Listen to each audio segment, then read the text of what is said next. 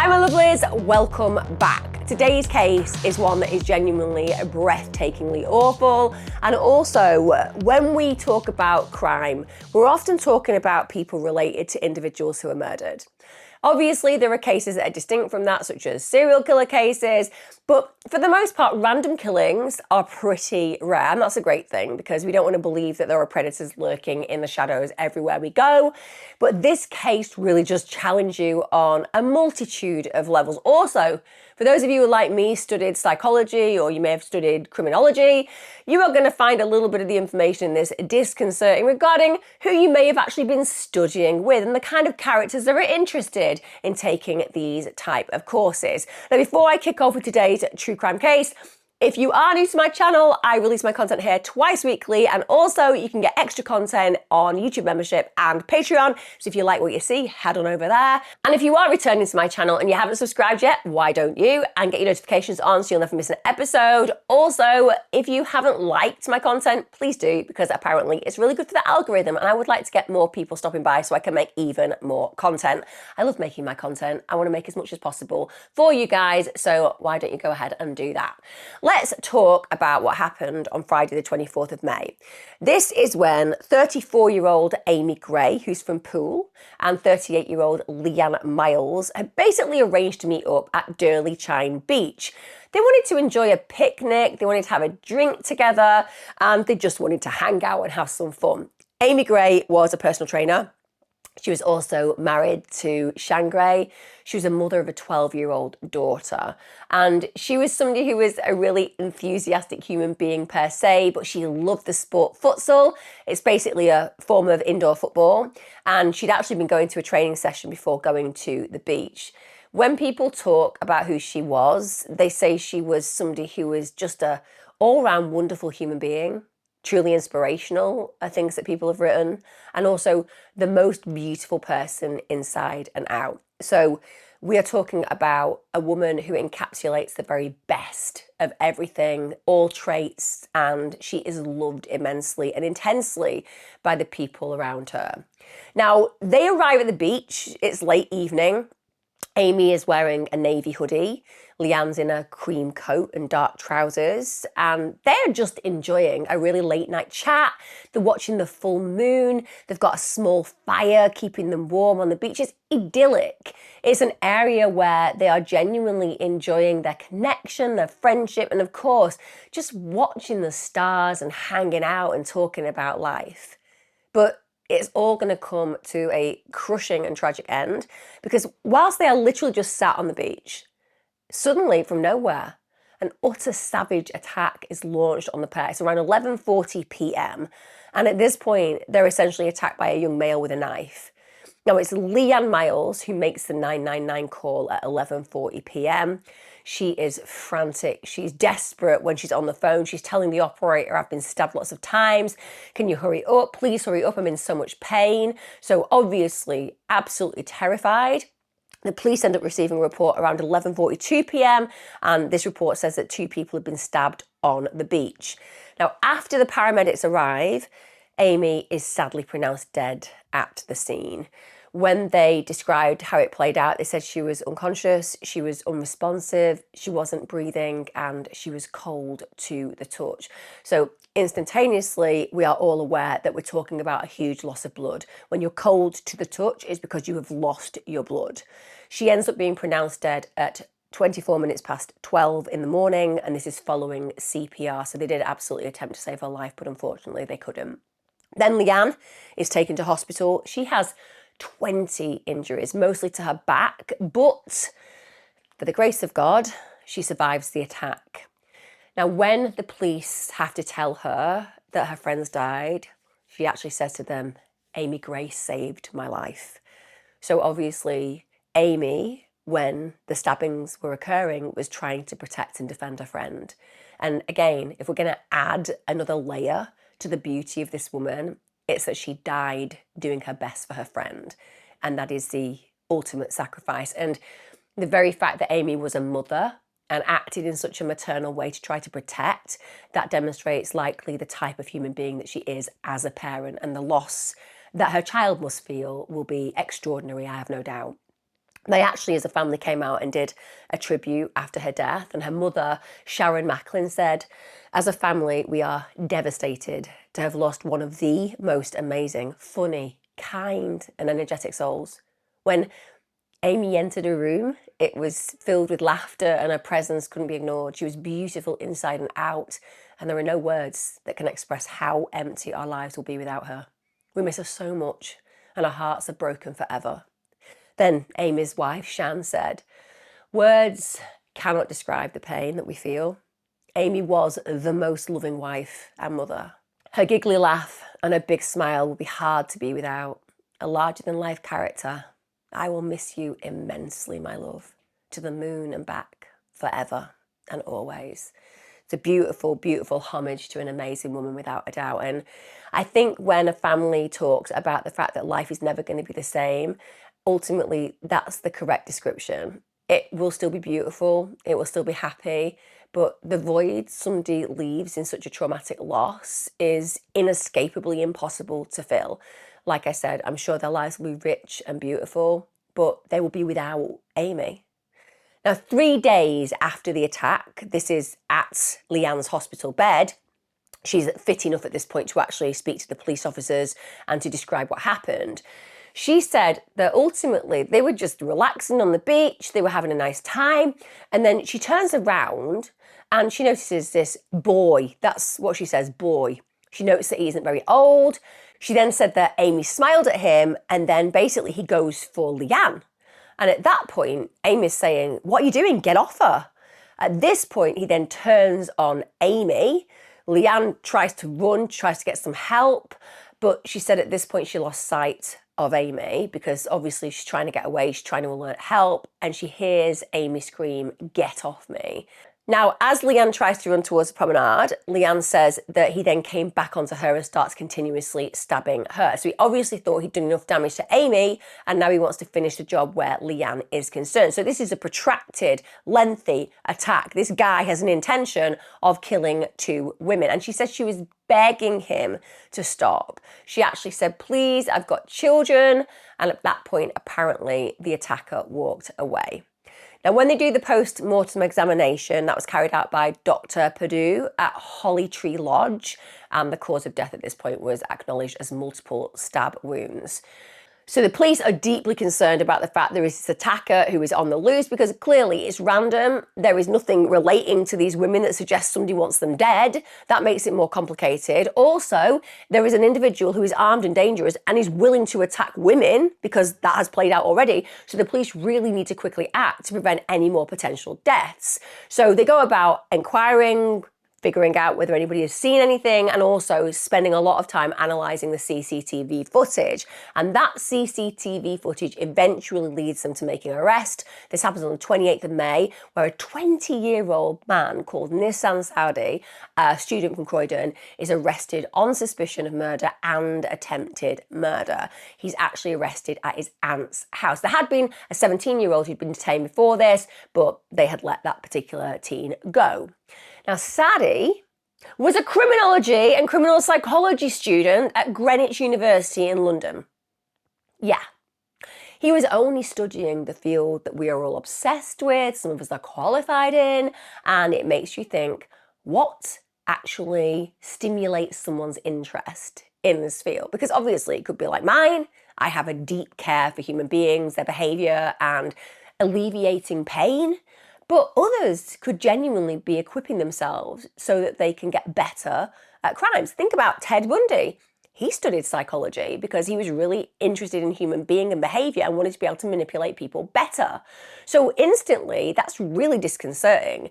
Is it that Saadi had actually gone ahead and planned to learn as much as possible so potentially he could get away with the perfect crime? Before he went and did that course, he had been studying physical education, but it dropped out and headed for the criminology and criminal psychology. Also, it's worth noting, he came from a good family. They're a close, successful family. They live in suburban South London. He had no previous convictions. In the property, though, that they search, they do find a machete. They also find 4 other knives. They also find self-defense spray, latex gloves, and a balaclava. Now, obviously, there are people out there who collects stuff. I get it, I get it, I get it. People have got loads of samurai swords on their walls. I always think, why do you want to arm an intruder? But that's just me. I appreciate that in certain countries, weapons like guns are allowed. I get it. But I'm telling you, I was a teenager. I had a lot of mates. They weren't all, shall we say, towing the line criminally. We all know people were a bit naughty in the past. Occasionally, one of them might have had a flick knife. And they were things that even back then you'd be like, oh, it's a little bit edgy and dodgy carrying one of those. But for the most part, I didn't go around to any of my mates' homes and find them surrounded with knives, a few latex gloves, bit of self-defense spray and the odd balaclava. And I grew up in a time when balaclavas weren't for robbing people. They were just for keeping the cold out. If I were to walk into your room and see that, I would immediately vacate the premises for fear of my life, because it's not normal. And that in itself is incriminating in my mindset. Others will say, well, no, the latex gloves could be because he liked cleaning and doesn't want to get his hands or nails affected. It could be that he's got the self-defense spray because he doesn't want to get into altercations and wants to be able to protect himself. And the knives might just be some kind of interesting hobby. The balaclava, clearly for robbing strangers. Sorry, I'm just throwing that in. It doesn't mean that you're going to rob strangers if you have a balaclava. I just think it's quite weird that balaclavas are on the rise, and so are a lot of moped robberies where you get your phone nicked off you as they ride past you. Now, all those items were found in a bedroom, but no weapon or clothing from the actual night of the attack were recovered. So there's nothing that's actually linking him directly with the crime at this point as far as weapons, DNA, forensics, etc. Now, in his police interview, that's on the 30th of May, what can we say about him? I think we could say he's a little bit on the aloof and superior side, because you know what? If you've been arrested for potential murder and an attempted murder, where is your head going to be if you are innocent? I would be falling apart because I'd be thinking to myself, how on earth can they imagine I've done anything? I know I haven't done it. And I would probably get a solicitor to be with me because I'd be thinking to myself, this is so weird. I absolutely know I'm innocent. Equally, when you've got nothing to hide, you might happily speak to the police because you have nothing to hide and you're thinking to yourself, my alibi will stack up. But it would be a really scary time. The last approach that the vast majority of us would ever choose to take would be aloof and superior to the officers because you want them on side and you want them to believe you. But he's having this weird conversation. So in his police interview on the 30th of May, he tells detectives that he's got a really big interest in unsolved crimes. He even headlines a crime, the Setagaya family, which happened in Tokyo. That was in Japan on the night of December the 30th to the 31st in the year 2000. So what happened on December the 30th to the 31st, 2000 is a horrible, gruesome family murder. So Mikio and Yusoko Miyazawa and their daughter Nina and their son Ray, they were all murdered during a home invasion by somebody who's still unknown. So that particular assailant stayed in the family's house for several hours and then disappeared. So Japanese police had launched this massive investigation, actually uncovered the killer's DNA, also uncovered lots of specific clues about their identity, but they've never actually identified the perpetrator. Now, I think it's really weird that he would bring that in to the interview. I suppose what he might be claiming is that, yes, I have a very big interest in crime. So if you go through anything of mine and happen to find crime-orientated things or interests, it goes in keeping with my mindset, which is that I'm just got a healthy interest in this field, like all of us do, coming to this channel. Saadi did admit that he was staying in Bournemouth at the time of his attack. He then answered no comment to a number of questions about visiting Bournemouth. But then even though he's gone down this no comment route, and just going to throw it out there, what you tend to do in an interview, if you're going to go no comment, is you say no comment to everything aside from acknowledging your name and your date of birth and where you're from.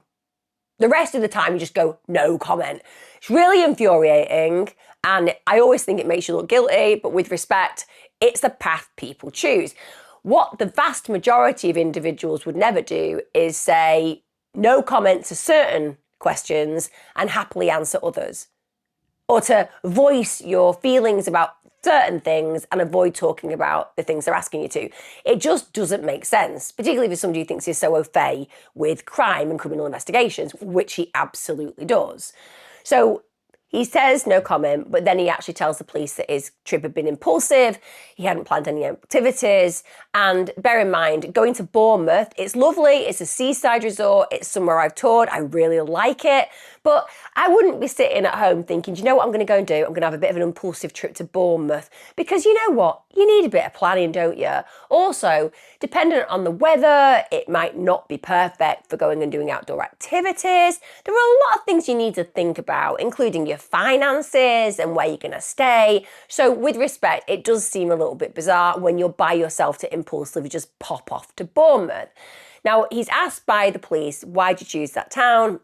He said he'd searched online for the best beaches in the UK, and allegedly it was the first result. It is very beautiful. It really is. But like I said, that's his answer. It was best beach in the UK, and that was the first one. So he thought, okay, I'll just impulsively go. Well, the very fact that you're actually looking and searching in this way says it's not impulsive. You're planning it. Otherwise, you wouldn't be figuring out what the best beach was. He also told the officers that whilst he was in Bournemouth, he had visited the cinema to watch a horror film, The Strangers Chapter 1. And he actually described it as being about killers that kill with no motive. There is a little bit of me that thinks at this point in time he is so arrogant and so aloof and so believing in his own capacity and ability to be somebody a bit like Hannibal Lecter that he feels he can drop in this information that kind of parallels what we're dealing with, which is a random killing with no motive, and be seen as somebody who is unable to be arrested and charged properly with this crime. I genuinely think that he's tantalising with, oh, you know, I went and saw this film about killers that kill with no motive, and you're investigating somebody who's been killed with no motive. Isn't that interesting? Like, he's playing with them, but in a really unsophisticated manner, because it just seems very incriminating. Now, when he's asked about how did you feel when you'd watched the horror film, he replied, nothing.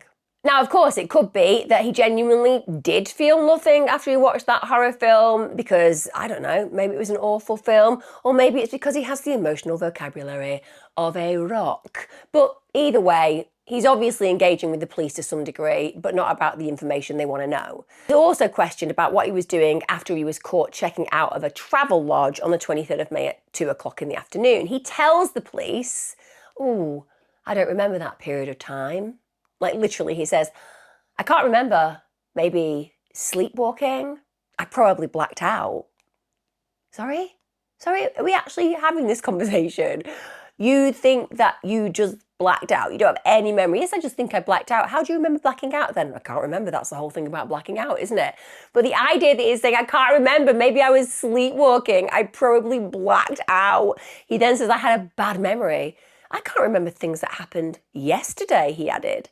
And he said the next memory that he had was conveniently when he was back at home on the 25th of May. So, you know, let's just go through that a minute. So tell me what you were doing. Well, I was in the travel lodge on the 23rd of May, and then I was home on the 25th of May. What happened in between? Don't know.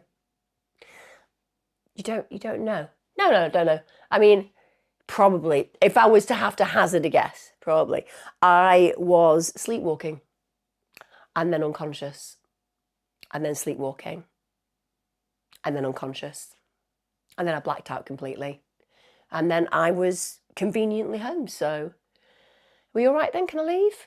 I mean, genuinely. But this is where he's going. I can't remember. It was a bad memory. And unfortunately, because I can't remember because of this memory, I can't remember anything that's incriminating, but I do remember going to the actual cinema. But apart from that, I was just home on the 25th of May. Also, when they literally present him with CCTV evidence, he's like, yeah, I'm looking at that, but it's not me. It's not me. It's just a case of mistaken identity. He said, that's definitely not me in the CCTV footage, even though it's him. So, aside from the fact that it's him on the CCTV footage, he just wants the police to know it's absolutely not him. And he said he was being wrongly accused of a serious offence that he had nothing to do with.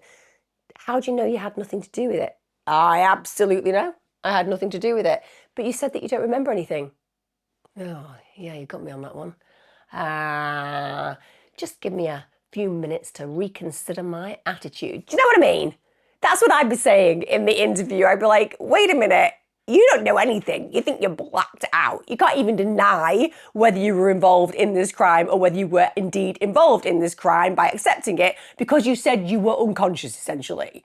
He also said that the police had really weak evidence. So even though they are presenting him with him on CCTV, that is weak evidence. And he told the Dorset police that he was being blamed because they were under pressure to find a suspect.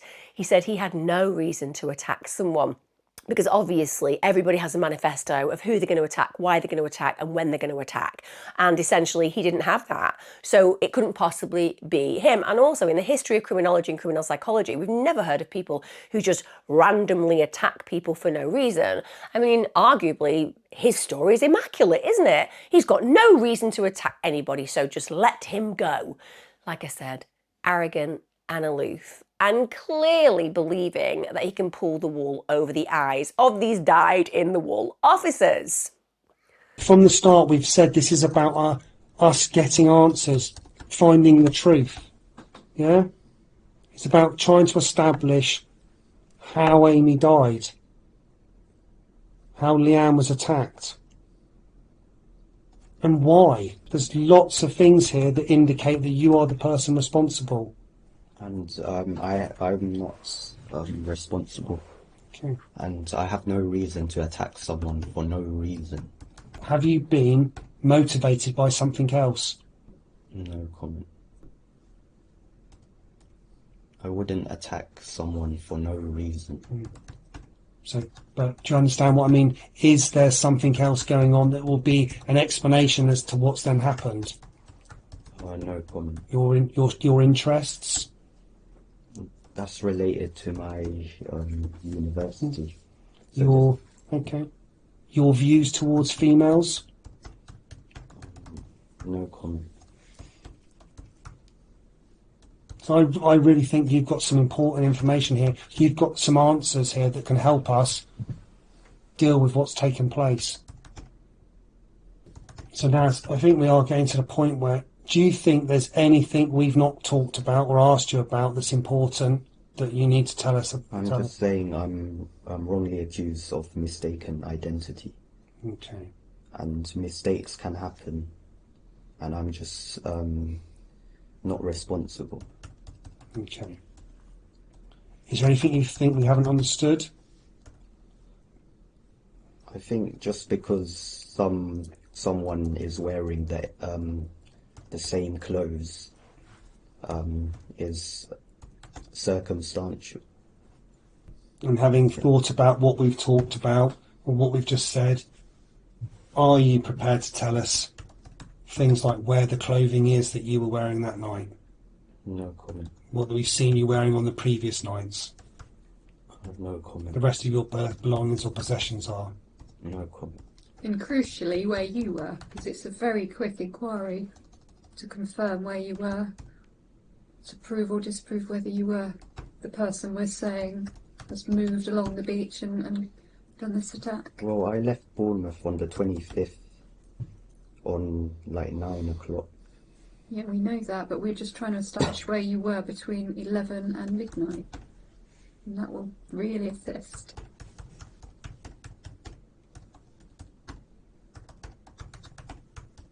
What's preventing you telling us that? No comment. I think what's preventing you is the fact that, as the evidence shows, you are the male that is responsible for the murder and an attempted murder. You were on the beach that night. But their beaches are like popular places. Many people on the CCTV that you showed me. There were many like people walking. It's not just one person. Were you that one person we saw? No. Okay.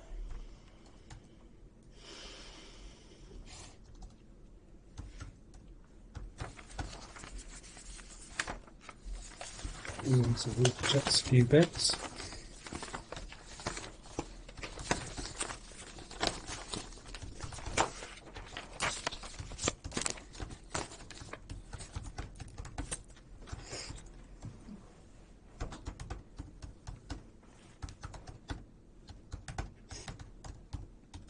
You mean, you've just told us then, haven't you, about the whole going back on the 25th? Is there anything else you can tell us about what else you were doing on the 24th and 25th? Well, I was back home on the 25th, but I can't remember anything after. After what? I got home. Okay. But yesterday you couldn't remember anything after the beach at Thursday afternoon? No. Well, we've been able to recall some more information about your movement on the Friday morning. Nisa and the shop, Superdrug. We've managed to establish some more memories about your movement on the beach where this incident happened at 4:30. Yeah? You remember being on the train, wearing the hat and the sunglasses. So, fill in those other blanks.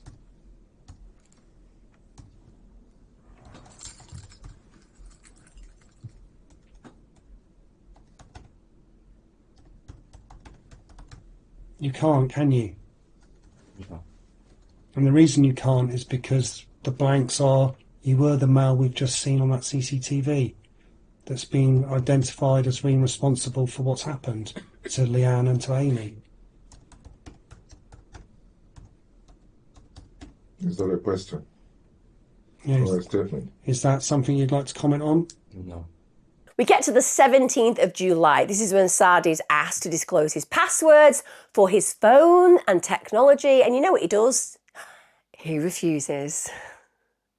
He actually refuses. Now, bear in mind, if you've got nothing to hide, you've got nothing to hide. So when you hand your technology over to the police, it is as much about disproving your guilt as it is proving it. If you've nothing to hide, that's all they're going to find. They're not interested in what you do in your private life or the kinks that you're into. They're interested in, were you involved in a particular crime? But like I said, he refuses. And that means that it limits the information that is accessible to the police, which is very, very frustrating. And again, as far as I'm concerned, is evidence of guilt.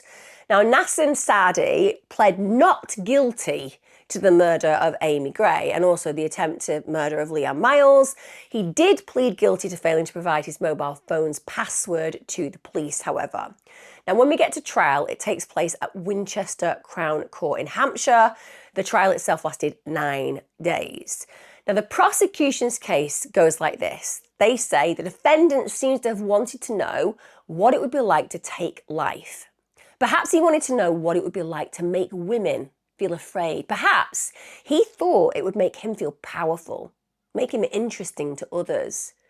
They said with purpose, slowly, stealthily, and quietly. When he thought no one would observe him, he hovered at the edges of the promenade, then stepped onto the sand. In an act horrifying in its savagery and in its randomness, he stabbed them, both multiple times, chasing after them as he tried to escape or divert him from the other, and he continued his attack. He left them on the sand to bleed to death, whilst he moved away and tried to disappear back into the shadows, away from the glare of the streetlights or the moonlight, and back into anonymity. Perhaps he just couldn't bear to see people engaged in a happy, normal social interaction, and he decided to lash out, to hurt, to butcher. And the language there is appropriate, to butcher, because that's exactly what he did to those women's bodies. The Home Office pathologist, Dr. Basil Perdue, told the court that Amie died quickly as a result of 10 knife wounds. She was knifed in the chest and her arm, and there was actually a stab wound to her heart. When he gave evidence, he said one knife thrust cut deeply into the breastbone, penetrating her heart. He said another stab wound severed an artery in her left arm, and that caused severe bleeding. Ms. Miles, Leanne in this case, he also said suffered 20 knife injuries. He said all of the injuries are clearly incised wounds as a result of stabbing with a knife having a single sharp edge. And he also said that the blade needed to not have been more than 5 to 7 centimetres long to have caused the injuries. He also told the court that both of the victims appeared to have tried to fend off the attacks with their arms. Now, the court also heard how Saadi was a criminology and criminal psychology student at Greenwich University, and it was noted that as far as the academics who were teaching was concerned, that his interest was not, quote, precisely academic. So tutors from his university, they said that Saadi had shown a degree of specific interest in matters not related to the subject of the lectures. They actually told the court that Saadi was somebody who literally plied them with questions relating to things like forensics, DNA, self-defense, and policing. And one academic, Lisa Maria Rice, she actually told jurors that, chillingly, she recalled how the defendant asked her to go back to the point where she talked about murder and self-defense. And she said, my session hadn't actually discussed those issues.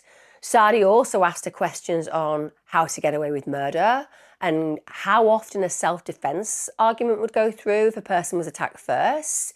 He also asked her what DNA is left behind and if the police is able to trace that DNA. And she actually had to say to him, listen, your questions aren't relevant to the lecture, but she said there would be police input later in the course and he could save his interest for then, but it stood out.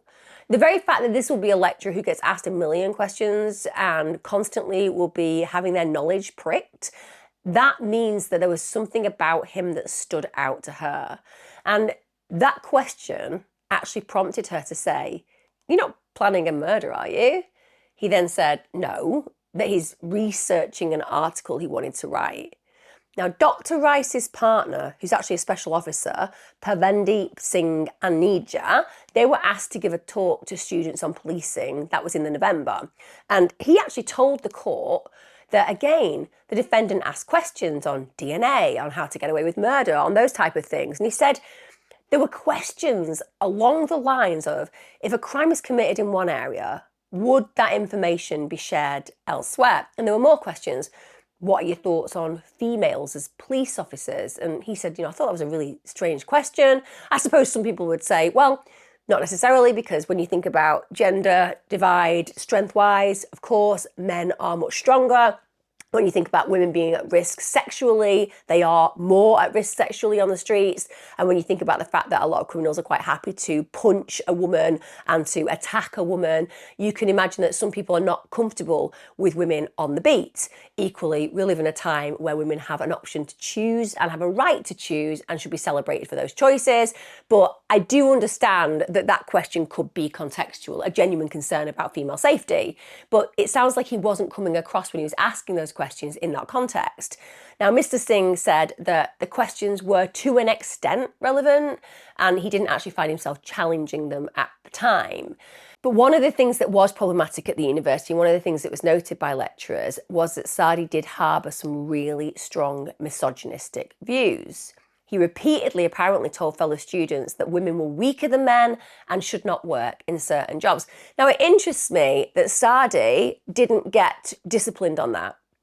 I'm going to say this and I will invite criticism, but let me tell you, if a white guy in a class had actually suggested that women were weaker and shouldn't do certain jobs, you bet your bottom dollar the student union would be all over it and the chances are they get chucked off the course. So I feel that culturally he was given far more leniency because of his views than he should have been. It's completely inappropriate for somebody to be misogynistic in class and for also that to have been recorded and noted.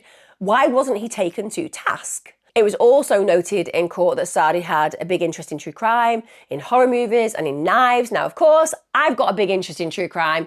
I've got a big interest in horror movies. Very unhappy that most of them aren't actually scary these days. But most of us will agree that even though we have this interest in this area, we're not at home storing knives. That's just a little bit too far. He was apparently obsessed with murders. He was obsessed with high-profile stabbings, such as the killing of Brianna Gay. So she was killed by Scarlett Jenkinson and Eddie Ratcliffe. I've actually covered that case in detail on this channel if you haven't seen it. And also Millie Dowler, who was murdered by Levi Belfield. Again, I've covered Levi Belfield extensively on this channel. So he was really interested in those very high profile cases, and he'd carried out a lot of internet searches on them. Again, we all do that. I constantly research killings, so I don't think it's unusual to search for these kind of high profile murders. But when you put it together with all the other jigsaw pieces in this puzzle, it is incriminating. Also, he purchased a number of knives on the internet. He ordered 6 ugly and vicious knives, and several of the knives were actually found at his aunt's house where he was living. Knives were also found at his parents' house. Just going to throw it out there. How many knives does anybody need? Obviously, you need your cutlery, maybe your steak knives if you have food that involves meat, and certainly some nice knives for cutting bread. But apart from that, you don't need any more knives, and they should all be used in the kitchen. Now, it turns out that 2 knives and an axe were found in the home of his parents, and his dad had previously taken and hidden it from Saadi. Now, that speaks volumes to me. It really does. I just feel like the fact that his father hid it, it speaks of some kind of instinct within his father. Bear in mind, these are a good family. They're a close family. They've brought him up well. And he obviously feels disconcerted by this unhealthy interest. But the fact that he's hidden that axe certainly suggests to me that he had a deep concern about his child's behaviour. Also, when they looked at his Snapchat account, his name was Ninja Killer, and there was another username of his that was N Skills for his computer. Now, again, I get it. If you're a true crime fan, you might play on words, etc. That isn't going to suggest that you're going to be a murderer. But when you're adding it up, there is something really unhealthy about his mindset. Now, in the March before the killing, it turns out that Saadi had researched why is it harder for a killer to be caught if he does it in another town, and which is the deadliest knife and machete. These are not normal searches. I also think that many of us who are true crime addicts, true crime fans, armchair detectives, we do pose those questions in our minds. We genuinely do. We say to ourselves, how would you get away with murder? And one of the conversations I've engaged in, actually with professionals, with police officers who I know, and just with friends around the dinner table, is how would you get away with the perfect murder? Because my argument is, it's almost impossible to. Particularly in the Western world, we've moved on so enormously that you might think you've got everything planned, prepped and propped, but the truth is you are being filmed in so many locations. Your technology that is with you is basically the biggest truth teller about your actions, and also your mouth's a problem, because even when you think you can keep stum about something, often you'll trip yourselves up. So it's almost impossible in my mindset, but if you had to imagine plotting it, you would kill somebody random, it would be in an area unrelated to you, and you try to leave as little digital detail as possible. So the fact that he's looking online, and also when you look at the crime itself, it kind of follows that random route, again speaks of that jigsaw puzzle getting more complete. Now in April, it seems like he starts to turn his attention to finding a place for the actual attack. So he searches busiest beaches, he researched beaches in the south of England, and it seems like this is where he settled on Bournemouth. The following day, he ends up looking at whether Bournemouth Beach was open at night and if sand or pebbles were easiest to run on. So why would he be looking at this information? At the end of the day, it makes no sense unless you are planning to escape the scene of a crime. He also searched what hotels in the area had CCTV. He searched Bournemouth CCTV and Bournemouth Pier CCTV. Why? There's no need to do that. You just go in for a spontaneous break, according to what he said. Obviously, he's lost his memory, but a reality check says that that's what he initially claims he'd gone for. Why do you need to know where the CCTV is? Now, on the 21st of May, Saadi travels from his home in Croydon to Bournemouth.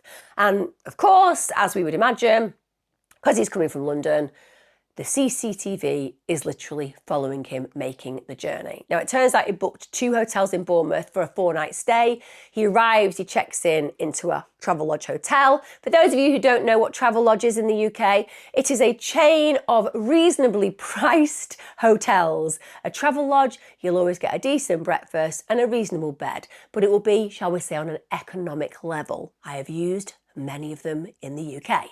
So he checks into this Travelodge hotel, and on that same day, he's actually caught on CCTV visiting the beach. Now, this was described as one of several visits to basically survey the scene. So he's checking out the crime scene. Then 2 days before the attack, Saadi actually goes to the cinema, watches that film, The Strangers Chapter 1, as I've said, slasher film, where the male and female lead are both stabbed in a murder without motive. Then on the 23rd of May, he checks out of the Travelodge and he actually moves to a guest house called Silver Howe Hotel, which is basically closer to the beach, although obviously he's told the police he has no memory of that. I have no memory of that. When I'm sleepwalking, when I'm blacking out, I'm still very effective at checking into hotels. Now, on the night of the attack, this is 24th of May, Saadi is actually caught on CCTV again. So this literally shows Saadi arriving at the beach at 6 minutes past 11 p.m. That footage is indeed shown to the jury. It shows Saadi walking up and down the promenade, and he's loitering really sinisterly around the two victims. And then all of a sudden, he steps onto the sand, he walks towards them, and he launches this unbelievably brutal, vicious, horrific, and fatal attack. And then he just walks back to his hotel. Now, one of the things that the jurors had to suffer in these court proceedings was an actual audio recording of the attack. Basically included these extended screams from the victims. And also, there is a witness. So on the night of the attack, there's a photographer, a guy called Michael Priddle. Now, obviously, we all know that when people give accounts of witness statements, very often 3 people can see exactly the same thing and tell completely different stories. We appreciate that. No one is perfect. Recollections are wrong. The wrong individuals are identified. That happens. But if you are a photographer, you have an eye for detail. If you are a photographer, you are likely paying more attention to people's faces, the way they walk. It's just your interest because you take photographs. So he walks past Saadi and he said, one of the things I noticed straight away was he had his hood up. But he said, even though he had his hood up, he had this really grimacing appearance. And he said, you know what? It was actually really concerning for me. I felt concerned for my own safety. He just felt and seemed like he wasn't a nice person. And he actually said, is grimacing the right word? Maybe it's more that he had a frown. He said, but I seriously kept an eye on him for my safety. He just looked like a nasty person. And he said, literally, that was just a couple of moments before I heard 2 loud and broken screams. He described the screams as the first being deeper and louder than normal, and the second scream not quite as loud. And then he said, even though that was really horrifying for him, he kind of carried on his way. But then when he read the news and saw that a woman had been murdered in the area, he instantly contacted the police. Now, out of a parade of 10 suspects, Priddle was able to identify Saadi. Now, bear in mind, this guy's got no skin in the game. He's not related to either of the victims. And yet there was something so provoking about the guy who walked past, something about his demeanour, his gait, his facial expression, his air and aura that made him hold that image. So when he is there doing a identity parade, he can identify Saadi, and that speaks volumes to me because it's very difficult doing that, and he was sure that that was the person he'd seen. And of course, we have all this extra information, so now it's a really compelling case. Now, shortly after the attack had been carried out, Saadi discarded his clothes and his shoes. He then left Bournemouth early the next morning. And phone records actually show that Saadi viewed breaking news articles about the incident the next morning. Now, again, if I was working on the defence, I would say, well, of course, he'd just been to that area at the end of the day. It makes perfect sense that he's hearing about breaking news somewhere he'd just been and finding out that a harrowing murder had taken place because at the end of the day, he'd been in that area. It could have happened to him. That would be the way that you'd play it. But when you add up all the extra parts of this picture, it is really chilling. Also, there is a belief that Saadi took sexual pleasure in the killing. And the reason that I'm telling you that is because whilst he was in prison, so whilst he's on remand, awaiting trial, he literally asks a female officer if the killing was making headlines. And by the way, after he'd done that, he masturbated in front of her. Now, of course, I'm not saying that penis guillotines are a thing that should be used. I'm not suggesting that a penis guillotine should be installed in cells where men may have a penchant to masturbate and violate somebody in such a way when they are asking about victims of murder. I'm not saying that penis guillotines should just be sold in Walmart or Asda. I'm just saying that if they were, and if they were legal, that maybe a penis guillotine would have been very helpful in this situation. And the minute that I hear about this misogynistic POS basically masturbating in front of an officer who has been traumatized without a doubt by seeing something so awful, that in itself speaks of a sexual predator of the highest level. The fact that he has absolutely no respect for women, no respect for his victims, no respect for the system where he should be trying to make good on the kind of evil man that he is, that speaks of a predator of such a high level danger that he's probably never going to be able to walk our streets again. That's my mindset. And obviously, some of you would think that maybe I have just invented a potential, shall we say, help to the services in my penis guillotine idea. Just throwing it out there. Not for all of you, but definitely for some of you. And like I said, it's the abject disrespect that he has towards what he's done to that poor woman and her friend, and to actually violate another woman in such a way when he's incarcerated. That speaks of an absolute joke of a system. I'm not having a go at police officers. I'm not having a go at prison officers. I absolutely know that people are working their arses off in those positions. I'm saying when somebody does that, they should be banged up for a very long time for just actioning the way that they've actioned that particular behaviour, because it is grotesque. And again, I know he'll have got a disciplinary, I know that he'll have been in trouble for it, but it really won't add very much to a sentence, and it should do. And also, I think at that moment, I have him banged to rights. He's guilty as hell. He's a sexual predator of the highest level. Now, in the closing speeches, what the prosecutors did was claim that Saadi wanted to know how it felt to take a life and to basically gain the notoriety of a killing. And he felt that that killing might bring it for him. I think if you imagine somebody who's purely narcissistic, so when we talk about narcissistic personality disorder, and obviously I haven't got a diagnosis for this guy, but I'm just going to introduce narcissistic personality disorder because of the fact that at the very core of a narcissist is a deep inferiority. If you think about killings where people want the gravitas, it's because they know that there is nothing about them that is special. There is nothing that will ever make them truly visible or noticeable to this world of a worthy level, because they haven't got the capacity, and they hate that. They hate it because they think they're so superior and so better and so greater than the average human. So they want to do something that gets them the spotlights and the headlights on them. And killing for them is a quick way to do that. Yes, it means they're going to be in prison for the rest of their lives, but they'll be known for being this horrible human being, this human predator. And it's as if this man wants that kind of notoriety. And he feels that that would make him a star of his own true crime episode in this motiveless killing that he designed for himself. Now, one of the things that happened in this case is that Saadi didn't give evidence.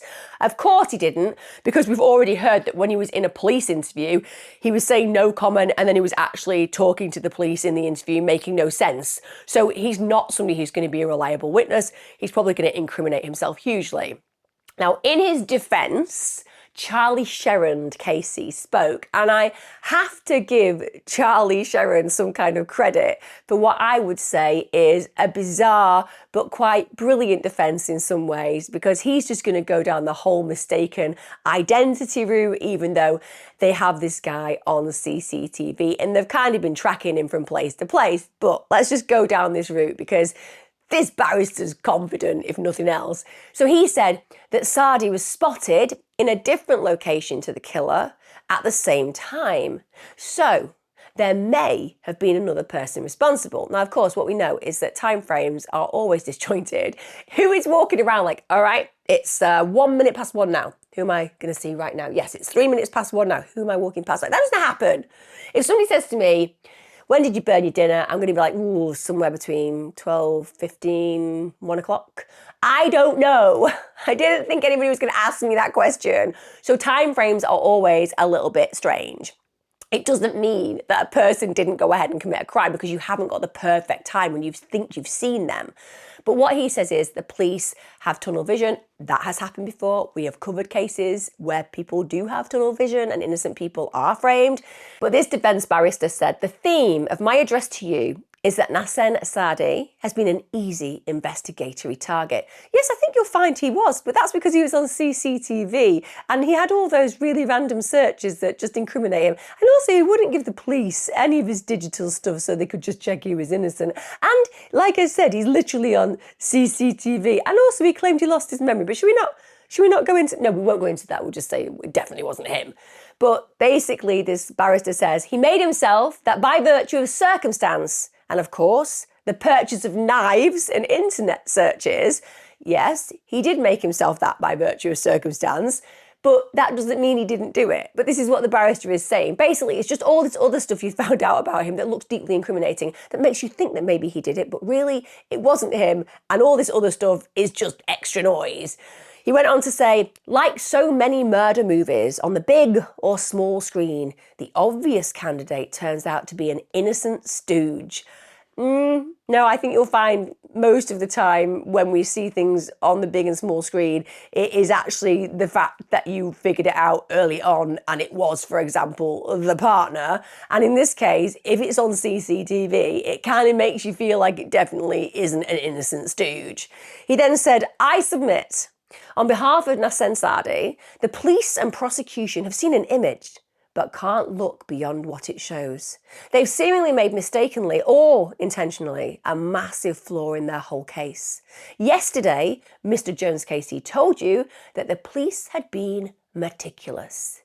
In all due respect, we submit to you that that cannot be further from the truth. He added that the evidence against Saadi is both contradictory and inconsistent, meaning he could not be the killer. Mr. Sherrod Casey then said that the evidence given by Mr. Priddle, the photographer, and said that at the exact time Saadi allegedly walked past him, the killer was recorded on CCTV leaving the scene. Yes, because he wasn't thinking about exactly when the time was. It's ludicrous. The fact that this barrister is building the case on a witness testimony who's got the time bit wrong is insane. Because you don't, as I say, walk around recording exactly what time things are. You just give an estimate. And also, the attack was quick, very quick. So absolutely, even a 10-minute window could have enabled that discrepancy. He also added that Saadi would not have been able to get back from the point he was spotted to the Silver Hoe Hotel, where he was staying, in the 6 minutes recorded unless he ran. Just gonna say that would be possible, wouldn't it? At the end of the day, he was checking out whether it was easy to run on pebbles or sand. So this Casey said, geographically, it's not even close. The question for you is whether Nasen Saadi is the killer or whether there was another person. Did he also introduce potentially that Nasen Saadi was a sexual predator who in prison was masturbating in front of a poor officer? Probably not, because, just going to throw it out there, anybody who heard that piece of information whilst they were asking about the victims would know that what you need to do at that point is lock the door and, I don't know, never open it up again. Just keep them banged up for eternity. The Casey also said how much of the evidence raises doubts and also referred to a 17-year-old who was initially arrested after Amie was murdered. With respect again, he was discounted and discredited because they realised they didn't have the actual correct suspect. So as opposed to them just going, you know what, I need to find somebody to pin this crime on. Oh, here's a 17-year-old, that's what we'll do. They didn't, did they? Again, discrediting the barrister, suggesting that that's ultimately what they decided to do, to just pick a suspect and pin it on them. They had a 17-year-old. Why not crack on with that particular idea with him? But they didn't, because they knew that person wasn't guilty. And then they went after the actual suspect who was guilty. But the barrister went on to say that that teen wore the same t-shirt, dark trousers and, quote, bumful of facial hair, and who was up to no good on the night of the attack. He said, very often, someone like me will have to say to you that these things can happen. But here, you can actually see all those features in play within a matter of hours, he said, basically referencing to the several apparent coincidences. He then said, yes, he did buy 6 ugly and vicious knives, but This was just a result of a fascination with them. So again, you can just totally destabilise the KC's argument here. He's saying, my client has basically had this crime fitted onto him. But equally he's saying, well, this is other guy over here that they let go. Why don't we just fit him up with the crime? That's genuinely his suggestion. No, he had bum fluff. He was wearing dark clothes. He was up to no good. Let's just say it was him. So he's using the same argument that he's using against the police for himself, projecting blame onto another individual who's got nothing to do with it. And on top of that, he's trying to frivolously throw out the idea that these absolute knives that clearly are lethal are just a result of a bit of fascination. He's trying to make the jury feel that reasonable doubt, but it just doesn't make sense. And I always think the thing about juries is that's what they're looking for. Is this logical? Am I able to listen to this barrister and truly believe that what they're saying gives me a sense that maybe they have got the wrong guy? No, it absolutely doesn't. He destabilises his own argument by arguing for the same issue, projecting blame onto another individual because he looks a certain way even though there's no evidence, as opposed to staying firm to the facts. So ultimately, in my opinion, he just destabilises his own argument. That barrister went on to say the Crown say he was researching how to get away with murder and on the other hand, planning not to get caught. Yeah, that's literally what he was doing. Also, he was using his lectures to do exactly the same. That KC also said that if Saadi was the killer, then he would have legged it the morning after the attack, rather than hanging around Bournemouth until 9 a.m. before making the trip home. Again, this is a guy who masturbated in prison whilst talking about the victims in front of a female officer. What do we know about killers, particularly killers who are serial killers in the making? They love to hang around. They're narcissistic. They can't help themselves. They want to see the damage that they've done. And it's awful leaving the area because they're not going to be able to be abreast of what's happening. That's absolutely contextual with the kind of mindset that we are talking about. He also urged the jury not to give in to the speculation offered by the prosecution, as opposed to them looking at the CCTV evidence and the forensic evidence and the fact that literally they had a witness pick the guy out of a 10-man lineup. That's all just speculation. Don't listen to any of that very compelling speculation that almost sounds a little bit like facts. This case, he also said, whoever it was that killed Amie Gray, I think you know who that is because you're defending him, murdered her. There is no doubt. The question for you is, are you sure who did it? I bet the jurors were on an unconscious body language level going, yes, we do. We absolutely do. We absolutely do. But he went on to say, in relation to Leanne Miles, there can be no doubt that she was gratuitously attacked. While those wants, and maybe even need, to feel that somebody should pay for what is done, justice is never served in any case by the wrong person being convicted. And I think we absolutely agree with his sentiments. No person should be wrongly convicted. And that's why a jury of 5 women and 7 men deliberated for 5 hours and 36 minutes before the verdict was returned. And that's why Nasen Saadi was indeed found guilty by the jury of the murder of Amie Gray and also the attempted murder of Leanne Miles on Bournemouth Beach. A night that should have been lovely, full of friendship and connection, but that ended in fatality. As the verdict was read out, Saadi took a step back, hung his head, and didn't show any emotion because, as we know, he doesn't have the capacity for emotion. Now, in addressing Saadi, the judge said that you face life imprisonment. He said, you should be under no illusions. The minimum term in this case will be of a considerable length. He said he is a young man, I think 21 years next week. He is a young man who may have autistic spectrum disorder. Now, don't get me wrong, guys. A lot of you who come to my channel are on the spectrum. How ludicrous that we're suggesting that that could contribute in any way, shape or form to killing somebody. Of course it doesn't.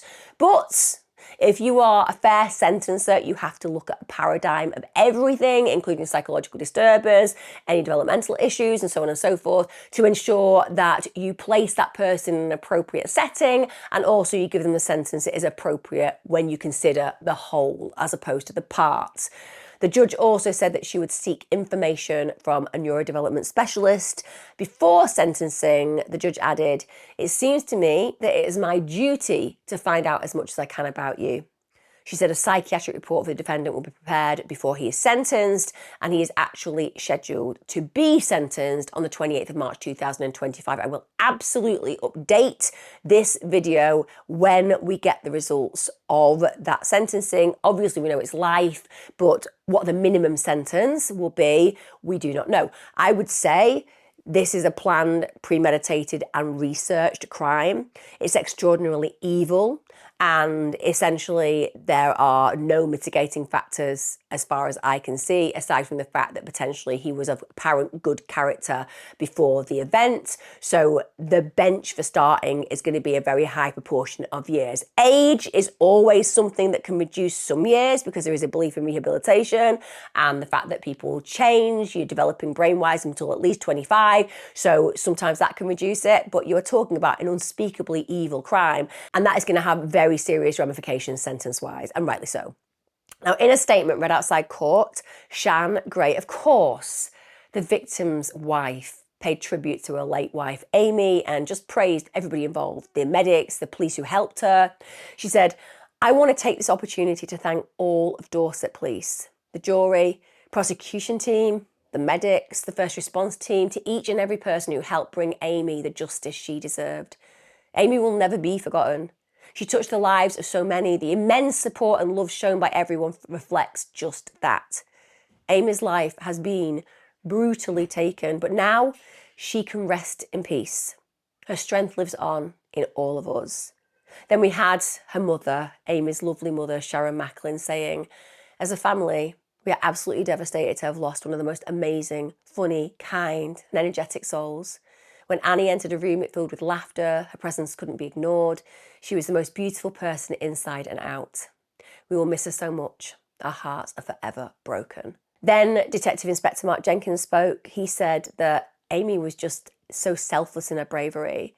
He said that because she cared so deeply about Leanne's life during the attack, it tragically cost her own. He said Amie and Leanne were enjoying an early summer evening at the beach in May. They were totally unaware of the presence of the defendant, a complete stranger to them. He had selected them as his target that night after several weeks of planning to come to Bournemouth to kill someone. The first they were aware of him was when he launched his attack as they sat on the sand in the moonlight. They were taken completely by surprise. Yet Amie shouted for him to leave Leanne alone. Her selfless bravery that night saved Leanne's life, but tragically cost her own. Benjamin May, senior Crown prosecutor with CPS Wessex, they described the murder as a senseless attack which had shocked the people of Bournemouth. He said, "Though both victims were chosen at random, Nasen Saadi's unfathomable desire to carry out a murder was backed up by extensive planning, which included going to great lengths to avoid getting caught. Now he is being convicted and faces life behind bars. I hope he will be forgotten." In contrast, we hope that Amie's memory will live on as a much-loved young woman and a pillar of her community who bravely and selflessly defended her friend in the face of a terrifying attack. Paying tribute to Amie, members of Dorset Futsal Club released a video in her memory. Teammates at the club described Amie as so strong and comfortable being completely herself. Club chairman Michael Wotton said she'd been an inspirational leader, teammate and friend who would never be forgotten. He said to have her go in that way, the way she went, was just horrendous. It was like the heart of the club was ripped apart. It really was, because she was so central to everything. Amie had been ambitious and keen to try to get the team into the National League. Teammates said that the team wouldn't be the same without her. It's a feeling that she gave us all that will live on in the club. It's something that she did without even realising. We will carry this on for her. What a legacy. Don't get me wrong, it doesn't change the reality that Amie died and that her daughter is going to be brought up without the mother that loved her so desperately. But there is something truly beautiful about when human beings touch lives, and many lives, and those individuals carry that individual forward with them. Amie undoubtedly is in the heart of all those that she loved and who loved her, but also on the wider scale in that particular league, she's always going to be remembered as a pioneer, as an individual with true intrinsic belief in what they were doing, and that is truly beautiful. One of the things that really provokes me in this episode is the belief that this man had such a disdain for women. The fact that he chose women because he believed that they were weaker and less than. The fact that he was considered misogynistic and yet was allowed to carry on with his lessons when so many others would have absolutely fallen from grace. You just have to go on social media to see how people get cancelled for just sneezing in the wrong place these days. And yet he could openly show disdain for females and just carry on. That's a massive failure. And when are we going to call out these red flags? When will we raise the alarm when these kind of men are in our communities, are saying things comfortably about us that suggest that we are weaker and less useful to this world? That speaks of a belief system that is dead and buried in the UK, and it needs to stay dead and buried. It's as simple as that. More and more, I cover cases where misogyny comes into play, where a belief that we're in a less than is a big motivator, and it disgusts me. It disgusts me on every single level. Amie is worth 10 of this man who thought that she was less than him. And we will remember Amie far longer than we will remember him. He's an entirely forgettable human being. There is nothing notorious about him. There is nothing notorious about killing. Anybody can kill. It's just that fortunately, most of us, by the grace of God and because of our internal moral code, would never choose to. That's what separates us from him. Not notoriety, morality. My heart absolutely goes out to the little girl who has lost a mum. Inconceivably evil that happened. I really hope that Chine gets to live a full, loved, loving life because she deserves it. And I hope that the family are working through this utter trauma. I'd love to know your thoughts on this, guys. And I'm sure that a lot of you females in particular agree with my position right now on the way that society is going. There just seems to be an openness towards women that has become more and more negative recently. And also, let's be clear, in Sudan, in places like Afghanistan, women are getting hung from the rafters, stoned to death for being accused of things. So I know that the Western world is in a far better place than many places and spaces where women are concerned, but we have to keep moving forward and not fall backwards. And I certainly feel like we have been falling backwards recently. Love to know your thoughts in the comments, let me know, and I will see you again next time. Take care, guys.